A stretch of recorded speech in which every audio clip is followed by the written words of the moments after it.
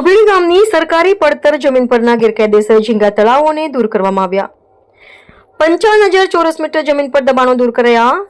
સુરત જિલ્લા collector doctor Saurabh પારગીના માર્ગદર્શન હેઠળ સુરત શહેર ઉધનાના મામલતદાર શ્રી AR નાયક તથા તેમની ટીમ દ્વારા ગત તારીખ 21મી માર્ચના રોજ ગભેડી ગામમાં મેગા ડિમોલિશન કામગીરી હાથ ધરી સરકારી જમીન ઉપરના ગેરકાયદેસર ઝીંગા તળાવોના દબાણો દૂર કરવામાં આવ્યા હતા। સુરત શહેર દક્ષિણ મજૂરી પ્રાંત શ્રી વિજય ભંડારીના નેજા હેઠળ શહેરના ઉધનાના વિસ્તારની ગભેડી ગામની સરકારી પડતર જમીન ઉપર બનાવવામાં ગેરકાયદેસર ઝીંગા તળાવો દૂર કરવામાં આવ્યા હતા। આ સમગ્ર ડિમોલિશન ઉધના મામલતદાર શ્રી AR નાયક તથા મહાનગરપાલિકાના સ્ટાફગણ અને સચિન JDC પોલીસ સ્ટેશનના સહયોગથી કવાયત હાથ ધરવામાં આવી હતી।